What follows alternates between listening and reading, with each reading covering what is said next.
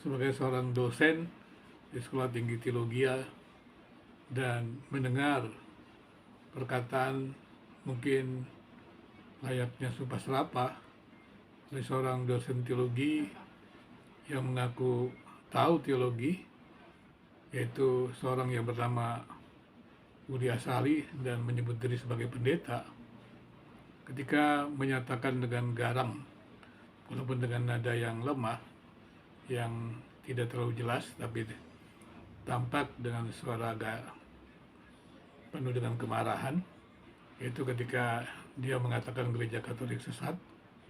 Saya merasa malu.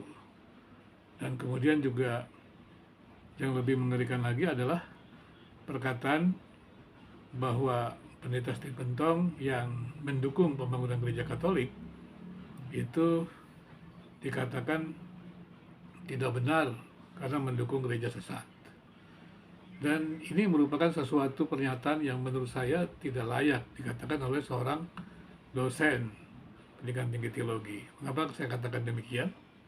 Karena seorang dosen kan mengerti bahwa di dalam negeri ini ada kebijakan publik. Pendidikan tinggi teologi, pendidikan agama itu kan berada dalam kebijakan publik. Dan kemudian juga pendirian pendidikan tinggi teologi itu dengan tinggi keagamaan Kristen itu kan di Kementerian Agama. Di Kementerian Agama itu kan ada Dirjen Bimas Katolik. Mengapa harus disebut Katolik itu sesat? Kalau berbeda pengajarannya, memangnya kenapa? Dan memang interpretasi manusia terhadap yang Maha Kuasa itu kan memang berbeda. Mungkin saudara Budi Asali tidak paham bagaimana menghadirkan sebuah pengetahuan. Menurut saya pengetahuan itu bukan ditransfer, bukan Anda mengadakan indoktrinasi, apalagi terkait dengan agama. Nyawa agama adalah kebebasan. Ketika Anda mengindoktrinasi seseorang untuk menerima apa yang Anda benar, itu membunuh pikiran seseorang, kebebasan seseorang. Dan itu bukan beragama namanya. Apalagi kalau Anda percaya agama itu atau orang mengenal Tuhan itu anugerah Tuhan, ya nggak perlu marah-marah kepada orang yang menolaknya. Dan seharusnya kita yang berani mengatakan kenal Tuhan, kenal yang benar, ya harusnya tunduk kepada yang benar. Kalau ada pandangan-pandangan yang eksklusif, saya selalu katakan harus didasarkan pada nilai-nilai inklusif. Kalau kita percaya bahwa ada nilai inklusif itu benar, kan berarti itu universal. Nah berarti kan kalau kita belum bisa mengabarkannya, ya jangan dipaksakan. Tapi yang lebih mengerikan itu adalah ketika dia mengatakan gereja Katolik itu sesat. Padahal gereja Katolik itu kan diakui Pancasila, hadir di bumi Indonesia. Bahkan saya harus mengatakan, kita harus berhenti mengatakan gereja lain atau agama-agama lain sesat. Saya masih mendengar banyak gereja-gereja saling menuding sesat hanya karena perbedaan-perbedaan. Tidak ada denominasi ataupun tidak ada agama yang punya hak menghakimi agama lain. Karena tidak ada orang yang tahu segalanya. Tidak ada orang yang paham doktrin segalanya. Tidak ada yang bisa menjadi hakim. Jadi terus terang saya mengatakan cukup kecewa dengan pernyataan Budi Asali, meskipun saya mendengar banyak hal sepintas mengenai usaha-usaha berapologetikanya. Memang saya tidak simpatik dengan klaim-klaim absolutnya. Ya mungkin ya belum terlalu banyak belajar lah, penelitian begitu, sehingga dia merasa yang dia paham itu sudah sempurna begitu. Sehingga dia lupa bahwa apalagi kalau dia makin usia semakin tua begitu ya, semakin kurang belajar, kan dia mesti menyadari perkembangan pengetahuan segala macam. Jadi warisan-warisan zaman dulu terkait agama dan gereja jangan dibawa ke tempat sekarang. Saya tidak setuju pertikaian Protestan dengan Katolik masa lampau dibawa-bawa kepada zaman sekarang. Apalagi di Indonesia. Indonesia kan mengakui bahwa semua agama-agama itu memiliki posisi yang terhormat. Nah ketika Anda atau saudara Budi Asali memberikan label sesat kepada Katolik, itu kan memberi stigma, sangka buruk, dan menimbulkan kecurigaan-kecurigaan. Dan itu kan membuat hubungan antara agama, bahkan antara Protestan, Pentakosta, Karismatik dengan Katolik menjadi tidak baik.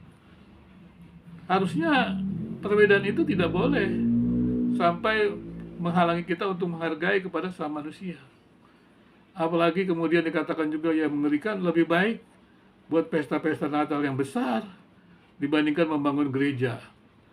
Saya bilang lebih terhormat kita membangun gereja yang dilakukan pada Dr. Stephen Tong, pendeta Stephen Tong untuk membangun gereja Katolik. Itu saya hargai. Dan karena itu adalah pekerjaan yang baik, memberikan tempat ibadah. Hak beribadah itu hak semua manusia, hak ajasi. Masakan hak ajasi Anda bandingkan dengan hak-hak yang bukan asasi. Jadi menurut saya justru pendeta Stephen Tong membantu gereja Katolik di Sumba Barat itu menurut saya sesuatu yang baik dan saya perlu menghargai. Dibanding Anda pesta-pesta, Anda tidak menghargai hak ajasi manusia, yaitu hak beribadah, beragama. Dan kemudian Anda mengatakan karena dia adalah aliran sesat, maka tidak perlu dibantu. Ya kalau gitu Anda juga tidak bisa tinggal di Indonesia dong. Karena Pancasila ini menghargai Indonesia, menghargai hak-hak semua agama yang ada. Jadi kita berharap ya teman-teman dari yang berasal dari ahli teologi atau pendeta tidak sembarang berbicara di bumi Indonesia. Marilah kita menghargai sesama kita juga. Apalagi terkait dengan hak-hak yang sangat asasi, yaitu rumah ibadah itu tempat di mana orang berkumpul bersama. Hak beribadah itu individu maupun secara bersama-sama itu hak asasi manusia. Maka kalau membangun rumah ibadah itu sesuatu yang menghargai hak asasi manusia. Dan kita berharap mungkin pemahaman Budi Asali tentang kebijakan publik mungkin sangat minim dan perlu belajar.